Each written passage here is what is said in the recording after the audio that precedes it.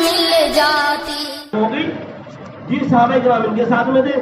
اللہ کے نبی نے فرمایا کہ بہت بڑا مسئلہ سامنے آ گیا, اس نے نبوت کا دعویٰ کر دیا ہے, پوری جماعت اس کے ساتھ میں بھی ہے, لہٰذا دونوں میں آپس میں جہاد کرنا پڑا ان سے جی. پھر جب اس کو شکست دی, جب وہ ہلاک ہوا, جب جا کر اللہ کے نبی صلی اللہ علیہ وسلم کو جان و سکون ملا.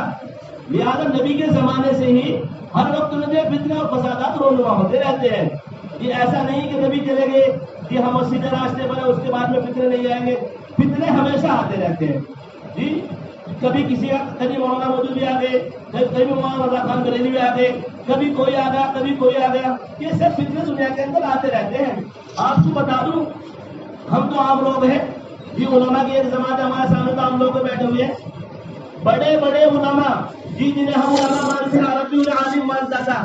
وہ بھی جب مولانا مودودی نے اپنا دعویٰ کیا نا جمعیت اسلامی کا, تو انہوں نے بھی ان کے ساتھ میں جو ہے ان کی مدد کی, ان کے ساتھ میں چلے. وہ بھی بڑے بڑے علماء کیسے مولانا علی میاں تدوی رحمۃ اللہ علیہ, مولانا منظور نعمانی صاحب رحمۃ اللہ علیہ, قاری طیب علیہ الرحمہ, ایسے ایسے بزرگوں نے ان کی حمایت فرمائی.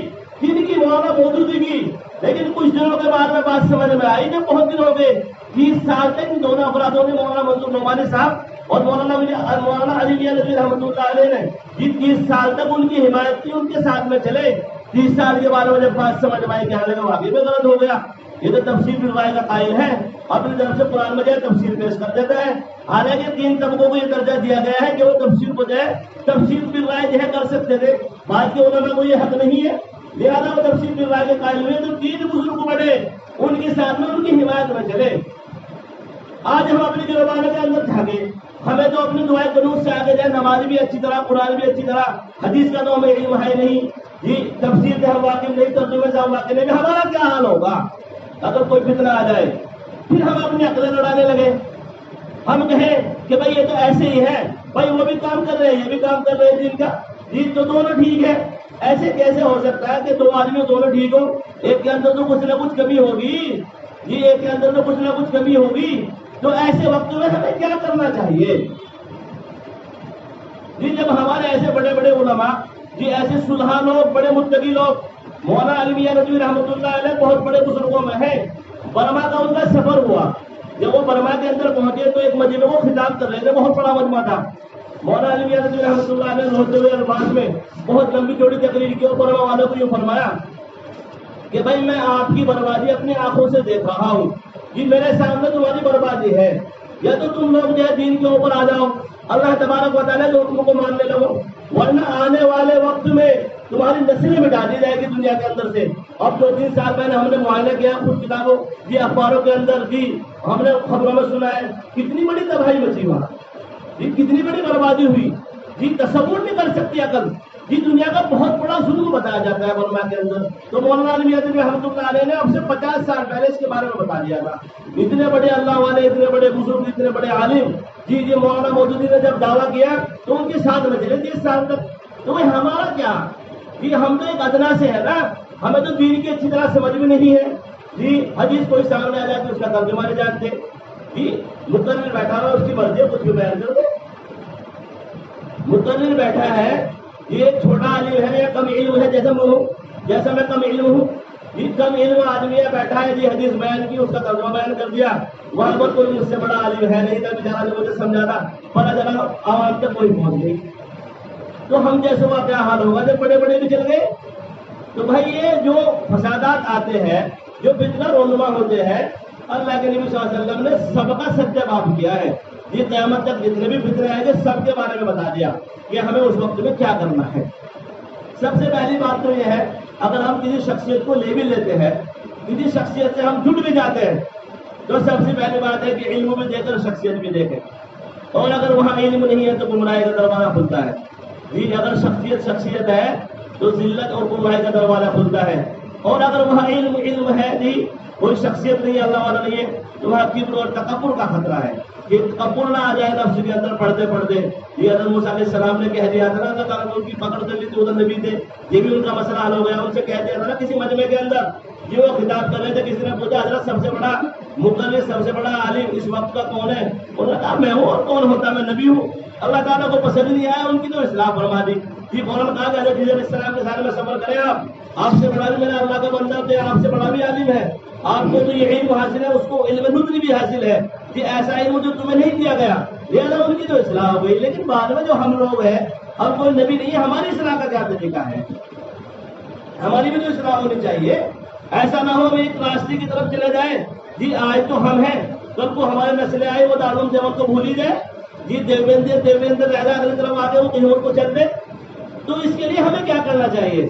سب سے پہلی بات تو یہ، اگر کوئی شخصیت ہے تو وہاں بڑا علم بھی ہونا چاہیے، جی پھر دونوں کو ملا کر چلے جب بھی ٹھیک ہے۔ نبی آیا اس کے پاس علم بھی تھا، جی شخصیت بھی تھی، لوگوں نے اتباع کی، جی فقط نبی کی علم کی تو ٹھیک چلتے رہے۔ لیکن آج کا جو دور ہے، فتنوں کا دور ہے، جی شکیل بن حنیف کا فتنہ تم نے سنا نہیں ہونا ہے۔ شکیل بن حنیف جی ادھر مراد آباد سائڈ میں جو اس نے نبوت کا دعویٰ کر رکھا، لیکن علماء اس سے ٹکرا رہے ہیں، جی کچھ لوگ اس کے حواریین ہیں کہ عجیب قسم کا ایسا لگا دے پھولوں میں لپٹ کے، جب کوئی پیدا ہونا آتا ہے اپنی چادر کو کھولتا ہے پھولی پھول لپٹے ہوئے، لوگ اس کے ہاتھ بنے ہیں، اس کے ایمان تجھی وہ جس کا دعویٰ کرتا ہے اس کے اوپر ایمان لے آتے ہیں۔ لیکن ہمارے جو علماء ہیں، آپ لوگوں تک تو بات پہنچی بھی نہیں ہوگی، یہ ہمارے جو علماء ہیں اس کا بھی سچے بات کر رہے ہیں، اس کی بھی رکاوٹ کر رہے ہیں، اس کے اوپر کتاب لکھ مارے، یہ خوب سارے کتاب تھے اس کے اوپر لکھے جا رہے کہ شکیل بن حنیف جو ہے دجال ہے، جھوٹا ہے، یہ کوئی نبی بھی نہیں ہے۔ بھائی ہر وقت میں ہر دونوں میں فتنے آتے ہی رہتے ہیں، لیکن ہمارے لیے سب سے بہترین طریقہ اس کے اندر یہ ہے کہ ہمارے حضرت مولانا شاہد صاحب بار بار یہ حدیث بیان کرتے ہیں اللہ کے صلی اللہ علیہ وسلم کی، اتبعوا سواد اعظم، کہ تم سواد اعظم کے پیچھے چلو، سواد اعظم کے پیچھے چلو۔ سواد اعظم کسے کہتے ہیں؟ حضرت نے تفسیر فرمائی، بار بار بتایا کہ سواد اعظم کہتے ہیں اس وقت کے، اس علاقے کے یا اس ملک کے بڑے بڑے علماء، یہ چنیدہ لوگ کچھ ہی ہوتے ہیں وہ، یہ جیسے دارالعلوم کے اکابرین ہیں، مدارس العلوم ہے، یہ بڑے جو اکابرین ہیں علماء ہیں، وہ جو ہے بڑے بڑے علماء، جی ان کے پیچھے چلے جہاں اکثر چلے، جہاں اکثر علماء ہو، جی جہاں 90% یا 70% 80% یا 98% 99% علماء ہے، کہ ان کے ساتھ ہو لے ایسے وقت میں، لہٰذا ان کی پیروی کرے، جی جب ان کی پیروی کریں گے تو سیدھے راستے پر چلیں گے۔ کیوں مولانا مودودی صاحب جو ہے نا وہ بہت بڑے عالم ہیں، اپنے وقت کے علماء نے انہیں سمجھایا تھا لیکن وہ مانے نہیں، جی وہ مانے نہیں، جی مولانا عبد اللطیف صاحب ہے جیسے سیکری کے رحمت اللہ علیہ، جی بڑے عالموں میں ہیں اپنے وقت کے، لیکن سمجھایا لوگوں نے مانے نہیں، کہاں چلے گئے، اکیلے تھے، تو لوگ جو ان کے پیچھے نہیں لگے، جو پہلے سے تو وہ چلتا ہے وہ ان کے پیچھے رہے۔ لہذا ہم ایسے فتنے کے وقت میں دیکھیں کہ جدھر اکثر علماء ہے، جی 70-80% علماء جدھر چل رہے ہیں ادھر جا میں چلنا چاہیے، کہ ان کی بات کو ماننا چاہیے، کیونکہ جو بھی فتنے نکلتے ہیں وہ اللہ کے نبی صلی اللہ علیہ وسلم کی حدیثیں پڑھتے ہیں، سب اپنے دلائل پیش کرتے ہیں، یہ قرآن کی تفسیر جی وہ پیش کرتے ہیں، سب کچھ ہی ہوتا ہے، لیکن اصل مسئلہ یہ ہے کہ جہاں اکثر علماء ان کے ساتھ چلنا چاہیے ایسے فتنوں کے دور میں، یہ بہت اہم مسئلہ ہے۔ اللہ تعالیٰ ہمیں اس کے اوپر عمل کی توفیق عطا فرمائے اور اللہ تعالیٰ ہمیں سیدھا راستہ دکھائے۔ اور میں اگر کچھ کوتاہی ہو بھی گئی ہے، ویسے تو امید نہیں انشاءاللہ اللہ کی ذات سے، اگر کچھ کوتاہی ہو بھی گئی ہے تو اس کی فکر کرنی چاہیے کہ ہماری وجہ سے کوئی آدمی غلط راستے کی طرف نہ چلا جائے، جی غلط راستے اختیار نہ کر لے، اس کے اوپر پوری کوشش کرنی چاہیے۔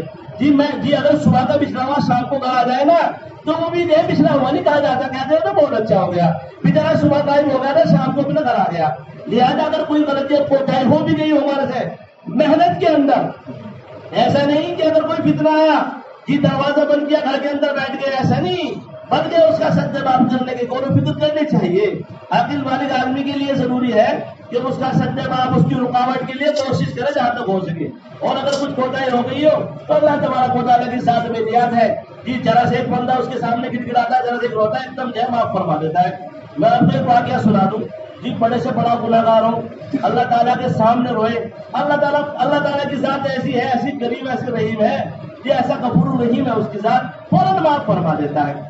حسن مسیح رحمۃ اللہ علیہ کے زمانے میں ان کی ایک شاگردہ تھی، بیچاری علم حدیث ان سے پڑھتی تھی، جی جب ان کی شادی ہو گئی، شادی کے بعد میں ایک بچہ ہوا، بچہ ہونے کے بعد میں شوہر کا انتقال ہو گیا، جی کچھ دنوں کے بعد میں بچہ بیچارہ جوان ہو گیا، شوہر کا بڑھیا کاروبار کا بہترین، جی جب اس کا کاروبار بڑھیا تھا، کچھ دنوں کے بعد میں جب شوہر کا انتقال ہوا، بچہ جب جوانی کے اندر پہنچا، یعنی توبہ اگر کر بھی لے بندہ کبھی بھی کر لے تو اسی وقت قبول ہے جب بھی عاجزی میں آ جائے، جی جب بھی عاجزی میں آ جائے، تو لہٰذا وہ جب جوانی کے اندر پہنچا بیچارہ شراب اور کباب میں جائے مشغول ہو گیا، شراب اور شباب کے اندر لگ گیا، اٹھتی ہوئی جوانی تھی۔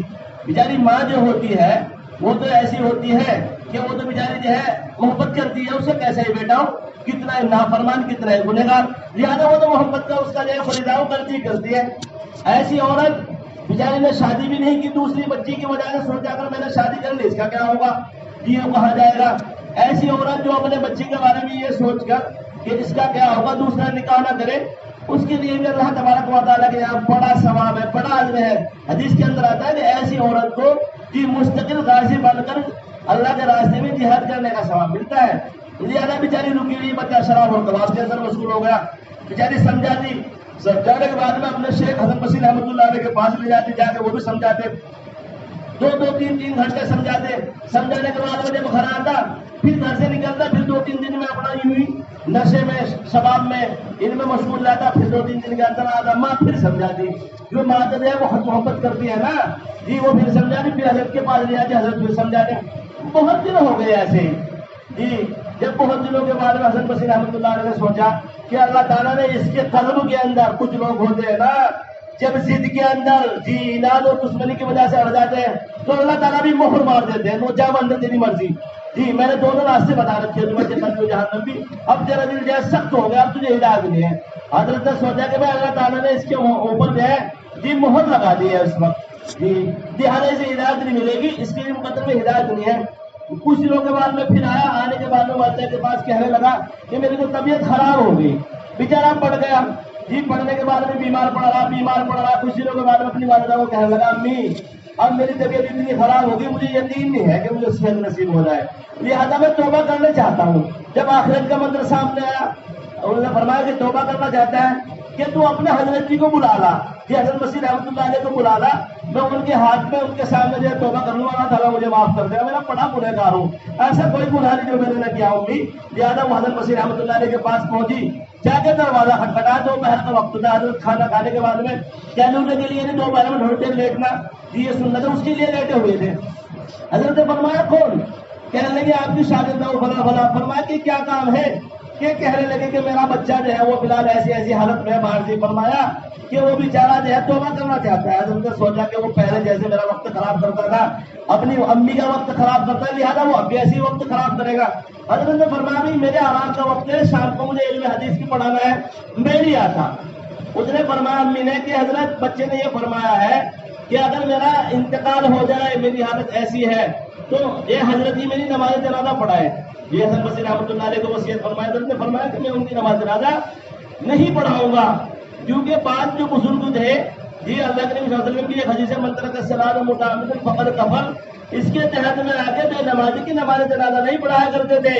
یہ تو امام اعظم رحمۃ اللہ علیہ میں جس کے ہم ماننے والے اللہ تعالیٰ رحمۃ اللہ علیہ فرمائے، انہوں نے گنجائش رکھی، انہوں نے کہا کہ اس نے کفر کا کام کیا، کفر کا عقیدہ نہیں گھڑا اس نے جی، وہ کافر نہیں ہے، لہٰذا انہوں نے گنجائش رکھ دی کہ نماز پڑھا سکتے ہیں۔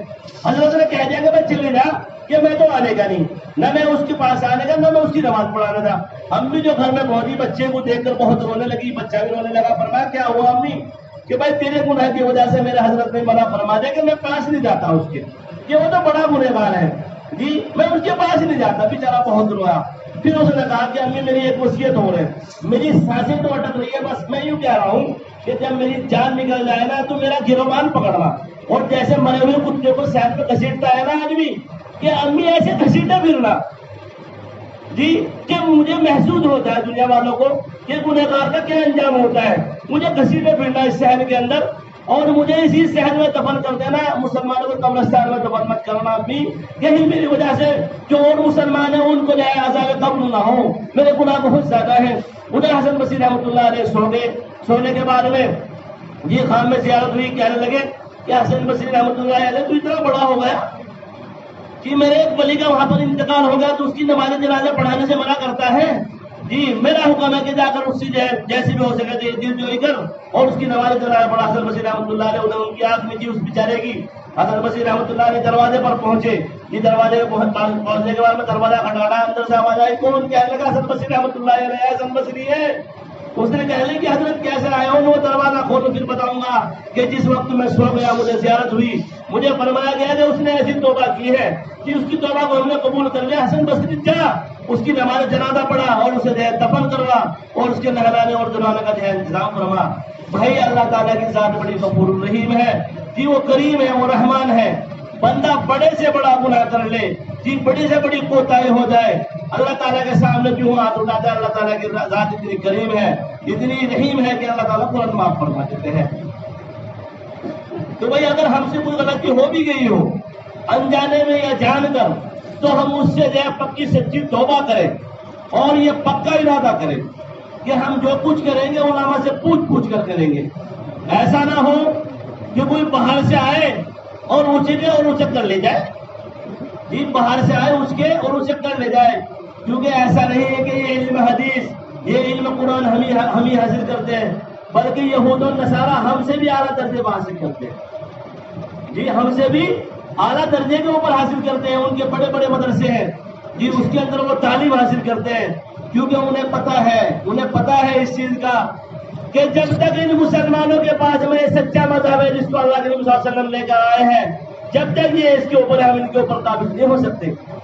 لہذا وہ کیا کرتے ہیں؟ بڑا بڑا علم حاصل کرتے ہیں، علم حدیث، علم قرآن کی ان کی تفسیریں پڑھتے ہیں اور پھر ہمارے درمیان میں آتے ہیں اور لہذا فتنے پھیلاتے ہیں. جی فتنے پھیلاتے ہیں. صحیح راستے سے جی قدربی کا جو ٹیڑھا راستہ ہے اس کے اوپر جو ہے لوگوں کو جو ہے سمجھاتے ہیں، اس کے اوپر لے جاتے ہیں. تو بھائی ایسا نہ ہو کہ ہم سے جو ہے تحقیق نہ کرنے کی وجہ سے علماء سے نہ پوچھے، جی کوئی بھیڑیا آئے جی ریوڑ میں سے بکری کو جو ہے اسے کر لے جائے. جی جب بڑے بڑے اللہ والے، جی بڑے بڑے عالم جو ہے پھسل سکتے ہیں تو ہمارا شما کا کیا معاملہ؟ ہم تو جیسے ایک ٹھوکر لگے گی جی ایک دم چل لیں گے ہم تو، کیونکہ عالم کی مثال، جی عالم جو ہے جی ہزار عابدوں پر جو ہے بھاری ہے. جی ایک عالم کی مثال کیوں؟ عابد جو ہوتا ہے، عبادت گزار جو ہوتا ہے، جس کے پاس علم نہیں ہے، شیطان آتا ہے ایک دم اچک لیتا ہے، جی ایک دم اس کے پیچھے چل دیتا ہے. جی ایک عابد کا میں آپ کو واقعہ سناؤں. ایک عابد تھے بیچارے، مسجد میں جو ہے وہ نماز پڑھا کرتے تھے. جو اس مسجد کے مؤذن صاحب تھے وہ ان سے خفا تھے بہت. وہ کہا کرتے تھے اور مسجد والے انہیں بہت بڑا مانتے تھے کہ یہ بڑے اللہ والے ہیں. بہت سی مرتبہ ایسا ہوتا ہے کہ بڑا اللہ والا ہوتا ہے جیسے ٹھوکر میں پھسل جاتا ہے. جی جب آدمی اللہ اللہ کرتا ہے اور کسی اللہ والے سے یعنی کسی عالم سے بڑے سے بیعت نہیں ہوتا تو اسے الٹے سیدھے خواب آتے ہیں. لہٰذا اسے کیا ہوتا ہے؟ الٹے سیدھے خوابوں کے اندر پھسل جاتا ہے. جب وہ نماز پڑھنے آیا کرتا تھا محسن ان سے کلستا تھا بہت. کوئی بات ہو گئی ہوگی، لوگ اس کی تعریف کرتے کہ بڑا عبادت گزار، تہجد بھی پڑھتا ہے، پانچ وقت کی نمازیں بھی، سنتوں کی پابندی کرتا ہے. اس نے کہا کہ یہ کچھ نہیں ہے. ایک دن محسن نے اپنی آواز لوٹے کے اندر کہیں کے اندر لی اور باہر سے کھڑا ہو کر کہا کہ خدا آدمی اللہ تعالیٰ کی طرف سے تیرے لیے خوش کر رہی ہے، تو نے بہت لیا تھا تو اللہ تعالیٰ کی عبادت کر لی، لہٰذا اب تجھے ضرورت نہیں ہے مسجد میں آنے کی، اپنے گھر کے اندر رہ وہی عبادت کر. جی حضرت نے سوچا اب تو بھائی بہت بڑا ہو گیا، ایک مجھے اس کے پاس نہیں تھا کہ اللہ تعالیٰ کی کتنی بھی عبادت کرے. نبی نے اتنا مجاہدہ کیا، یہ جہاد بھی کیا، یہ 8 4 5 دن بھوکے بھی رہے، صحابہ کرام نے پیٹ سے پتھر بھی مارے، لیکن اللہ تعالیٰ نے ان کے لیے نہیں فرمایا کہ بس جن کا کام مکمل ہو گیا. جب دنیا سے چلے گئے نا آخری وقت تک بھی دن کا کام کرتے رہے. لہٰذا وہ کیا ہوا، اپنے گھر میں نماز پڑھ گیا. لوگوں نے کہا بھائی کیا ہوا؟ لوگوں جی بس مجھے منع کیا بتانے سے، میرے ساتھ میں ایک معاملہ ایسا ہے میں بتا نہیں سکتا اور مجھے بتانے سے منع کیا ہے، لیکن بس میں مسجد میں نماز پڑھ جاتا تو میں گھر ہی پڑھتا رہتا ہوں. لوگوں نے اصرار کیا، کہنے لگے جی معاملہ یہ ہے کہ میں اتنی مسجد میں نماز پڑھ رہا تھا اکیلا ہی، تو باہر سے جو مجھے اکیلے کو آواز ہے یہ آئی، تو لہٰذا میں گھر میں نماز پڑھ رہا ہوں. مؤذن صاحب نے کہا اسے بلا کے لاؤ مسجد میں. جی وہ اس آواز کو پھر پہچاننے کا وہ مسجد میں آ گیا. مؤذن صاحب نے پھر باہر سے کہا پڑا کہنے لگا جی ہوتا مؤذن نے کہا میں تھا بھائی، میں تھا وہ جو یہ خبر دے رہا تھا. تو میں اگر بغیر علم کے آدمی چلتا ہے نا کوئی پتہ نہیں کہاں پھسل جائے، کتنا ہی بڑا اللہ والا ہو رہا ہے، اگر بغیر علم کے ہے نا شیطان ایک ٹھوکر میں پھسلا دیتا ہے. شیطان ایک ٹھوکر میں جائے اسے پھسلا دیتا ہے، ایک طرف جائے باہر گر دیتا ہے، کہنا یہ پڑا.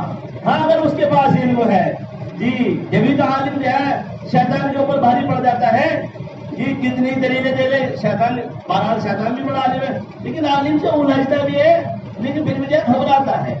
صحابہ کرام کے اندر علم تھا جی، ان کے سامنے شیطان بھی کیا ہو جایا کرتا تھا. حضرت عمر رضی اللہ تعالیٰ عنہ کا تم نے واقعہ سنا ہوگا کہ شیطان نے یوں کہا کہ جو عمر فاروق تیرا روب اتنا ہے جی، اتنا روب ہے تیرا کہ میں تیرے اسلام لانے سے پہلے گلیوں میں یوں گھس جایا کرتا تھا، لیکن جب تو اسلام لے آیا اب میں گلیوں سے دیکھ کر گزرتا ہوں. عمر فاروق رضی اللہ تعالیٰ عنہ سامنے سے تو نہیں آ رہے، علم تھا وہاں پر، لیکن جو عابد ہوتا ہے نا اسے دیکھ کر پھسلا دیتا ہے شیطان جی. لیکن وہ پھسل جاتا ہے بیچارہ، کبھی سیدھے راستے کے اوپر آ جاتا ہے، کبھی وہیں پر خاتمہ ہو جاتا ہے. کہ کسے نہیں پتا اس چیز کا جو بڑا عالم ہو جی بڑا اللہ والا ہو کہ بھائی یہ لوگ جو سجدے مار رہے ہیں ثابت خلیل کی قبر میں آ کر ماتھے پیٹ رہے ہیں بیچارے یہ غلط نہیں ہے یہ سب کو پتا ہے لیکن نفس اور شیطان ایسا پیچھے پڑ جاتا ہے نفس ایسا پیچھے پڑ جاتا ہے کہ اسے سیدھے راستے پر آنے نہیں دیتا میں نے قرآن کریم کی ایک آیت تلاوت کی جس کا ترجمہ یہ ہے کہ حضرت ابراہیم علیہ السلام تم مسلمان بن جاؤ حالانکہ وہ تو نبی ہے یہ نبی تو پہلے سے ہی مسلمان ہوتا ہے اللہ تعالیٰ اسے تو برگزیدہ سب سے اعلیٰ آپشن بنا کر بھیجتا ہے اس وقت کے اعتبار سے اس نے کہا کہ اللہ تعالیٰ میں تو ہوں فرمایا کہ ایسا نہیں بلکہ اپنے نفس کو جو ہے اسلام کے دعوے کر دے یہ جو بھی چیز ہو تیرے سامنے جب بھی تیرا نفس جو ہے اس کے اوپر چل کہ نفس کو چھوڑ اور ہمیشہ یہ شیطان کی جو پیروی کرتا نفس اس لیے تم اس کی طرف چل جو کہتے میں کہہ رہا ہوں پھر حضرت ابراہیم علیہ السلام نے فرمایا کہ ہاں اللہ تعالیٰ کہ میری نمازیں میرا جینا میرا مرنا میرا سونا میرا جاگنا سب تیرے لیے ہے